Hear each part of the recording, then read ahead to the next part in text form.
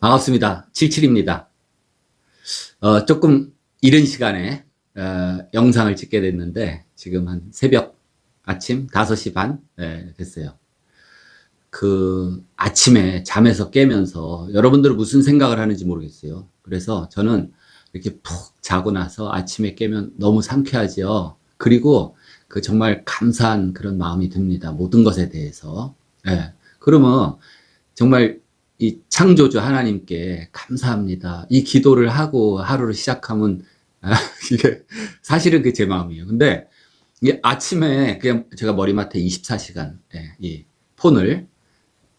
이 폰부터 보게 돼요. 제가 또 제 채널에 어떤 질문이 왔나, 또 구독자가 얼마나 늘었나, 이거부터 보게 돼요. 아침에 눈이 짜게지자마자.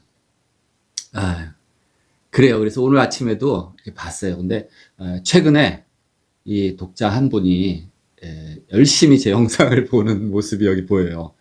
이인숙 님인데 뭐 집을 곧 짓기로 작정을 하셨는지 제 영상을 자주 보시고 또 이 응원의 댓글을 달아주셔서 고맙습니다. 자, 질문입니다. 덕분에 새로운 간접 경험 재미있었습니다. 요거 지난 영상 제가 집에서 쫓겨났거든요. 그래서 호텔로 가게 됐는데 파크 하얏트 호텔 거기 이렇게 내부를 좀 소개했어요. 부대 시설하고. 근데 그 중에 거기에 이제 마루가 나와요. 근데 객실 마룻바닥도 있고 또 체육관 마룻바닥이 있습니다. 근데 겉보기에는 마루 표면이 같은데 또 체육관 마룻바닥은 아주 특수하게 만들어 학생들 체육관 그런데 농구 코트라든지 이 또 헬스 웨이트 트레이닝 하는 그 바닥에 그 마루는 또 특수하게 해요. 그거는 이제 생략하고 객실 바닥에 또 원목 마루가 깔려 있어요. 근데 이 가정집에는 왜 원목 마루를 못 하냐? 뭐 특급 호텔만 하냐? 근데 비싸서가 아니라 이 우리 일반 가정집 바닥 난방을 하는 가정집에는 원목 마루를 쓰기가 곤란합니다. 질문인데 이인숙님 그래서 덕분에 새로운 간접 경험 재미있었습니다. 호텔 소개예요. 그 다음에 이 그 내용 중에서 바닥 난방일 경우 원목 사용에 대한 제한점을 잠시 언급하셨는데 그 77이 건축 이야기 그 채널에서 찾아보면 답이 나오겠죠 이랬는데 그 부분 자세히 얘기한 게 없어요. 그래서 뭐 제 영상 중에 마룻바닥이 좋냐 뭐 마감재 타일 바닥이 좋냐 뭐 이런 건 있는데 그게 없어요. 그래서 제가 답글은 남겼습니다만 부족한 것 같아서 또 제가 좀 이따 현장에 가야 되는데 조금 일찍 일어났어요. 그래서 시간이 남잖아요. 지금부터 나가서 뭐 일 시작할 것도 아니고 어제도 엄청 추웠어요. 어제가 며칠이죠? 2022년 2월 어제가 16일인가요? 네. 근데 어쨌든 어제 엄청 춥더라고요. 근데 바깥에 막 작업들을 열심히 하고 있는데 저 혼자 또 뭐 어디 뜨뜻한 데 들어와 있기도 그렇고 네? 차 안에 히터 켜놓고 있기도 그렇고 그러니까 같이 현장에서 저도 안 추운 척 하죠. 우리 그 일하는 기사님한테 얘기했어요. 안 추워? 그랬더니 지금 더워서 땀이 나오는데요. 막 이렇게 너스레를 떨더라고요.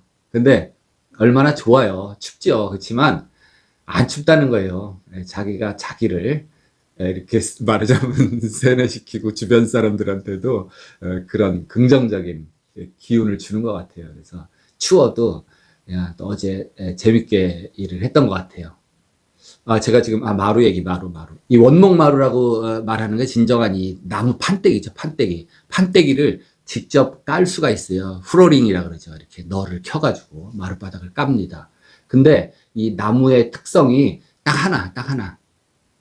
온도에 따라서가 아니라 건조, 이 습도에 따라서 나무가 이렇게 늘어났다, 또 건조하면 줄었다, 늘어났다, 줄었다 그래요. 근데 이 습기에 따라서 영향이 큰 종류들이 있고 또 별 영향을 안 받는 것들이 있어요. 그렇죠. 흡수율이 없는 무슨 돌이나 타일 뭐 이런 종류는 뭐 물에 담궈 놓던 뭐 마르던 젖던 크게 영향이 없는 그런 재질들이 있어요. 근데 이 목재 종류라든지 패브릭 종류 뭐 또 이 가죽 제품 뭐 이런 것들은 습기를 빨아먹으면 이 습기에 대해서 이 부피 팽창을 하는 그런 게 있습니다. 그렇잖아요. 이 어떤 재료에 습기가 들어있는데 습기가 날아가면 습기가 날아간 만큼 줄어드는 거예요. 그렇잖아요. 오징어도 줄어들고 우리가 빨래한 청바지도 또 이렇게 마르면서 그냥 주는 게 보이죠. 그렇듯이 마찬가지예요. 이 목재가 이 수분이 건조되면서 줄어요. 그래서 원목을 잘라가지고, 예? 원목은 수분이 꽉 차 있죠. 뭐 함수율 100%라고 할 수 있어요. 근데 이대로 쓰지를 못해요. 그러니까 원목이니까 이걸 제재한다 그러지. 제재. 원목을 제재하면은 그게 목재가 됩니다. 목재. 목재라는 거는 이제 원목을 가공한 치수대로 가공한 거를 목재라 그러죠. 그래서 이렇게 얇고 넓게 하면은 그걸 널이라고 얘기하고, 플로링 널이라 그러고, 또 단면을 뭐 이렇게 하면은 그걸 각재라 그래요. 각재. 그래서 경량 목재에서 많이 쓰는 뭐 2인치 곱하기 뭐 4인치 그러면 2x4, 그다음에 2인치에다가 6인치 2x6 뭐 이렇게 얘기를 하는 게 그게 각재, 목재, 원목을 가공한 겁니다. 근데 이거를 가공을 하면서 건조를 해야지 우리가 현장에서 쓸 수가 있어요. 안 그러면은 목재가 그대로 함수율이 높은 안에 수분이 많은 상태에서 그냥 쓰면은 목재가 이렇게 변형이 오고 줄어들고, 그냥 줄면서 뭐 이렇게 그대로 비율대로 줄는 게 아니라 어느 쪽은 많이 줄고 어느 쪽은 덜 줄고, 그래서 나무가 막 이렇게 비틀어지기도 하고 그래요. 그렇기 때문에 나무를 이제 건조하는 겁니다. 근데 건조가 비용이 들어가죠. 그래서 건조가 잘 된 나무는 비용이 많이 들어가서 좀 비쌀 수가 있고, 그냥 대충 건조한 거는 함수율이 높고 사용하다 보면 뒤틀어지고, 이런 차이점이 있어요. 그래서 일반적으로 나무가 다 그냥 건조됐다 생각을 하면 그냥 우리가 목재소에서 또 자재상에서 쓰는 목재류들이 어느 정도 다 건조가 된 겁니다. 그럼 어디까지 건조를 하냐? 어디까지? 그래서 우리가 목재의 그 함수율이라 그럽니다. 함수율. 그 말하자면 창호재, 가구재 같은 거는 굉장히 건조가 잘 되고 질이 좋아야 되잖아요. 그렇다고 건조를 많이 하면 좋다고 그래가지고 건조를 뭐 계속해서 나무에 수분이 하나도 없어요. 함수율 빵이다. 그러면은 뭐 그런 나무도 없지만은, 그런 나무를 이제 갖다가 이렇게 뭐 문짝을 만들고 책상을 만들고 했잖아요. 그러면은 이 공기 중에 있는 수분을 흡수해가지고 이 나무가 다시 함수율이 높아져요. 보통 우리 일상 그냥 습도, 실내 습도, 물론 겨울에는 좀 낮고 여름에는 우리나라가 좀 습도가 높아요. 그래서 이런 상태의 습기를 가진 거, 기건 상태라 그러죠. 기건 상태인데, 보통 우리가 이 창호재, 뭐 가구재는 목재 함수율 한 15%, 18%, 구조재 같은 거는 조금 함수율 높아도 돼요. 뭐 20%, 25%. 그게 적정한 목재의 함수율입니다. 그래서 그 함수율에 맞추려니까 시간도 걸리고, 시간과 함께 또 비용이 들고 그래요. 그 목재 건조에 대한 거는 뭐 얘기하다 치면 좀 길어지긴 하는데, 이해 또 못 하시는 분들이 있어요. 아니, 목재를 그러면 칠칠이 말대로 건조해서 쓴다는데 왜 원목은 다 비워가지고 저 물에다가 저렇게 다 담궈놓고, 예? 물에 불리냐, 왜 물에다 담궈놓고. 옛날에는 그 운반이 좋지 않아가지고 수로 물을 강을 따라서, 그쵸? 강을 따라서 원목을 이렇게 운송을 하죠. 예. 근데 그거 아니더라도 원목을 물에다 담궈 놓잖아요. 그러면 건조가 잘 됩니다. 이게 뭔 또 엉뚱한 소리냐 하면은, 자, 원목을 물에다 담가 놓으면 어떻게 되냐면요. 이 원목 안에 수지라는 게 있어요. 수지. 그러니까 말하자면 나무의 기름입니다. 그 나무의 기름이 이렇게 물에 녹아나요. 용출된다 그러죠. 물에 녹아서 이 나무 안에 있던, 소나무 같으면 이제 송진이죠. 그 진이 빠져나가요. 물에 녹아나가고, 그 빠져나간 자리엔 뭐 물이 또 들어오겠죠. 물이 찹니다. 그래서 원목을 한 뭐 6개월 정도 물에다 담궈 놓으면은 이게 물에 이제 푹 쩔어 있는데 어떻게 됐다고요? 이 안에 있던 나무 기름은 빠져나가고 물이 들어왔다. 왜 그렇게 하겠어요? 자, 이제 이걸 꺼내서 건조를 시작하면은 물은 잘 말라요. 물은 잘 마르는데 이 안에 송진이 들어있다 그러면 송진은 마르질 않습니다. 그래서 이게 송진이 있는 상태로 다 가공을 해놓으면요. 자, 루바를 만들어 놨어요. 그러면 그 송진이 막 질질 흘러나오고 이렇게 문제가 생깁니다. 그래서 나무를 건조를 하되, 건조하기 전에 이 안에 있는 기름기를 빼야 돼요.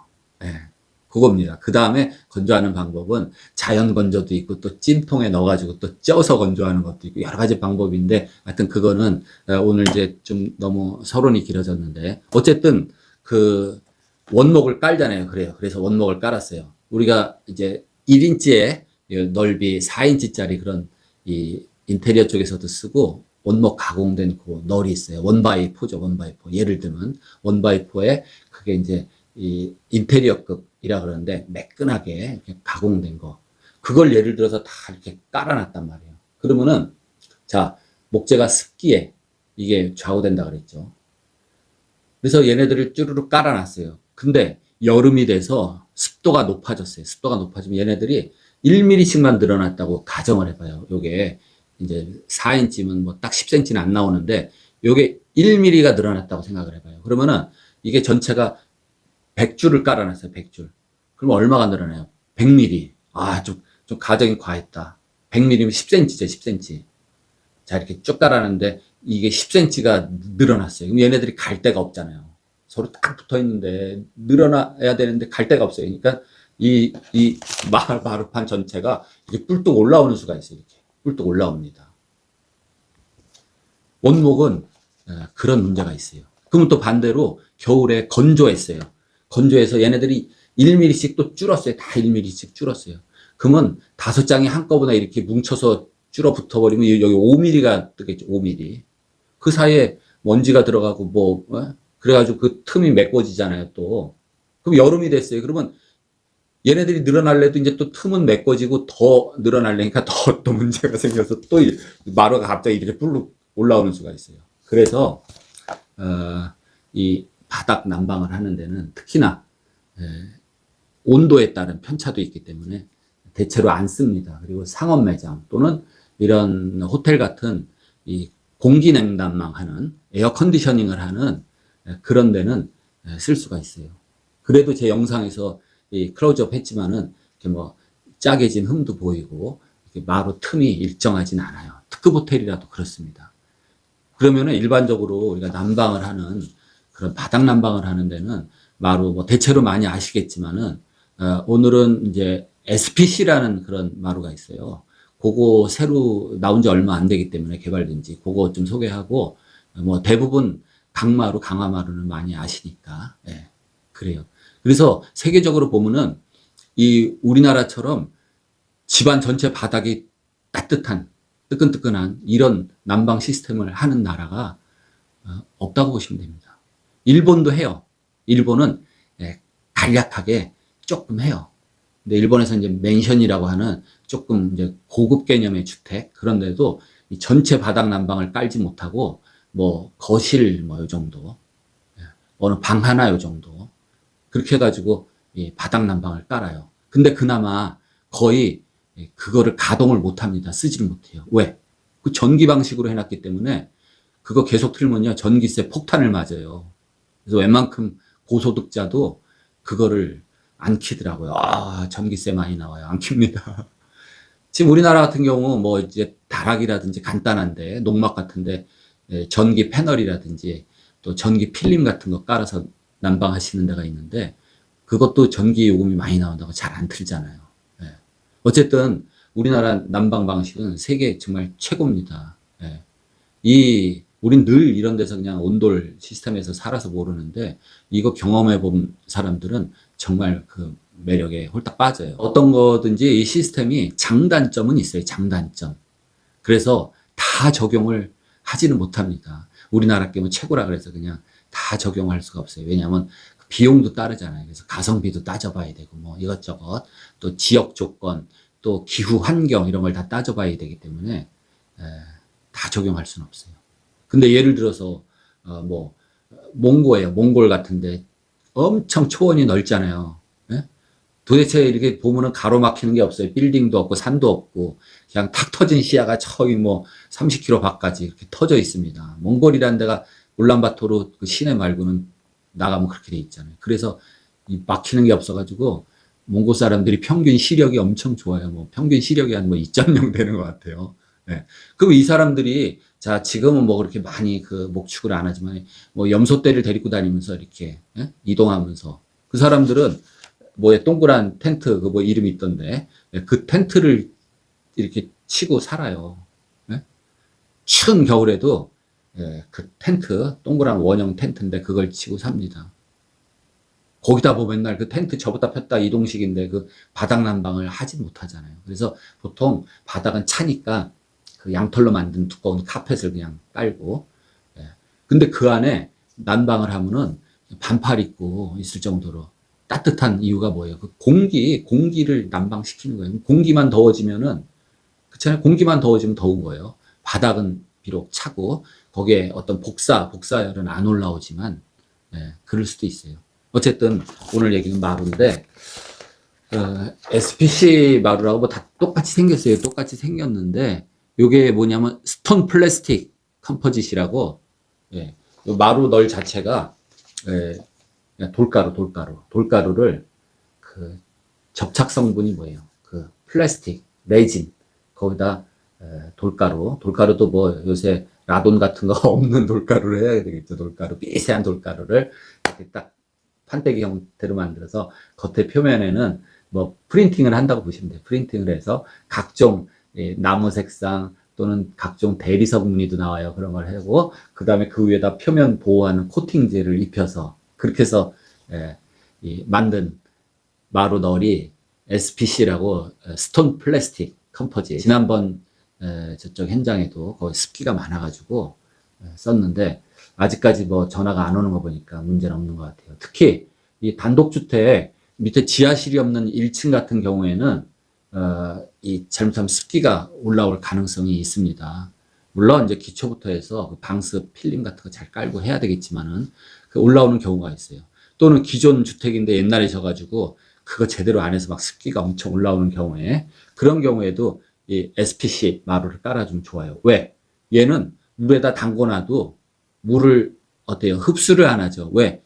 플라스틱이니까 그 안에 돌가루를 많이 집어넣죠. 근데 돌가루는 또 왜 넣냐? 그냥 플라스틱으로 하면 될 거 아니야. 그 안 되는 이유는 또 플라스틱도 마찬가지예요. 온도에 따라서 얘가 늘어났다 줄어났다. 얘는 습기에는 괜찮은데 이 플라스틱 재질들이 대체로 늘어났다 줄어났다 이게 온도에 따라서 좀 커요. 그래서 플라스틱을 좀 줄여야 된다. 돌가루를 또 잔뜩 집어넣죠. 돌가루가 온도에 따라서 늘고 줄고 영향 없고 습기에 또 영향이 없으니까 돌가루를 많이 넣어주면은 그런 또 플라스틱의 온도에 따른 이게 좀 없앨 수가 있죠. 그래서 이런 마루가 있고 그 다음에 또 우리가 강화마루. 그러니까 강화마루는 이렇게 클립식으로 이렇게 끼는 거예요. 클립식으로 껴서 접착제를 안 쓰고 깔아줍니다. 근데 강화마루를 깔 때도 맨 끝부분 있죠. 벽하고 만나는데 걸레바지가 이제 거기에 덮이는데 그 밑에는 요만큼 여유를 다 둬요. 꽉 채워서 깔질 않고. 왜냐하면 얘도 이렇게 그나마 가공을 해도 약간 온도에 따라서 늘었다 줄었다 하는 게 있어요. 습기의 영향도 있지만 또 난방을 하면 약간 늘었다가 또 난방을 할 때 좀 줄었다. 그래서 요 여유를 둡니다. 그거 움직일 스페이스를 안 두면은 얘네들도 또 불러 올라올 수도 있어요. 그 다음에 강마루라는 거 요즘에 많이 쓰는데 강마루의 특징은 이게 바닥에 얘는 다 붙여요. 접착 본드로 붙이고 그리고 표면 경도라 그러죠. 높기 때문에 잘 끓기지도 않고 내구성도 좋습니다. 근데 어쨌든 이 강마루가 됐든지 얘네들도 물이 닿으면은 이렇게 물에 약해요. 그러니까 물은 좀 조심을 하고 그리고 온돌마루라고 또 있죠. 온돌마루는 이 강마루는 이 마루 자체가 이게 뭐예요? 그 MDF라 그러죠. 그 HDF.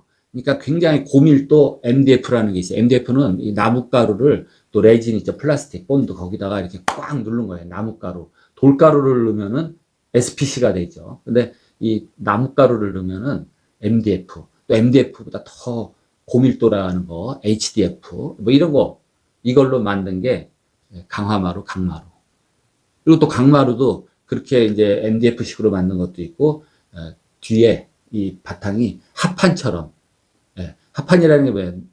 얇은 나무 베니어를 이 직각으로 이렇게 붙인 거죠. 직각으로 이렇게 직각으로 그거예요. 그 다음에 이제 과거에 또 많이 썼던 온돌마루도 마찬가지인데 그 마루판 자체가 말하자면 합판입니다. 합판 위에다가 얇은 이제 필름질을 하든지 인쇄를 하면 보호면 이렇게 해서 마루가 되고, 또 원목 마루도 있긴 있어요. 근데 이 원목 마루는 바탕에 합판이에요. 합판에다가 맨 위 표면에다가 원목을 2mm나 3mm 정도 두께 얇은 거를 이렇게 접착시켜 놓은 거죠. 뭐 마루 종류 뭐 샘플 색깔별 또는 이게 뭐 이 사이즈별로 소골도 있고 또 뭐 이제 넓은 것도 있고, 그 다음에 이제 이 마루를 까는 패턴에 따라서 헤링본은 헤링본을 깔 수 있는 이 종류가 따로 나와야 돼요. 이 강마루도 그렇고 그 이빨이 좀 다르게 생겨서 헤링본용은 또 따로 있습니다. 모든 마루를 다 헤링본으로 깔 수는 없어요. 그런 식으로 이 지그재그로 까는 거, 요 헤링본. 그다음에 이 걸레바지라든지 이런 접착 본드는 뭐 친환경 제품 많이 쓰죠. 그리고 여기 보시면은 폼지죠, 폼지. 요거는 그 접착을 안 하는 그 강화마루 밑에 요 얇은 걸 또 한번 깔아주게 돼요. 그리고 뭐 다른 건 없는데, 잘 보시면은 여기 보면은 요거는 이제 걸레바지예요, 걸레바지. 근데 우리 그 루바 있죠, 루바라는 원목 가공품도 이렇게 홈을 파놨어요. 왜 파놨냐 하면은 이 홈을 안 파면요, 이 습기에 따른 나무의 변형이 커져요. 그렇기 때문에 그걸 좀 완화시키기 위해서 홈을 파놓습니다. 이거 루바에다가 저 보세요. 이 루바 뒷면에 잘 보이나요? 네. 이렇게 홈이 파져 있죠. 이것도 이 얇은 변형을 붙잡아 주려고 이렇게 파는 거예요. 네. 요거 주물입니다. 주물. 스페인 똘레도에서. 네. 무거워요. 자, 마루 얘기 여기까지 마치고 아침에 구독자 이인숙님의 질문에 대한 답변으로 영상을 올리게 됐습니다. 시청해 주셔서 고맙습니다. 마치겠습니다.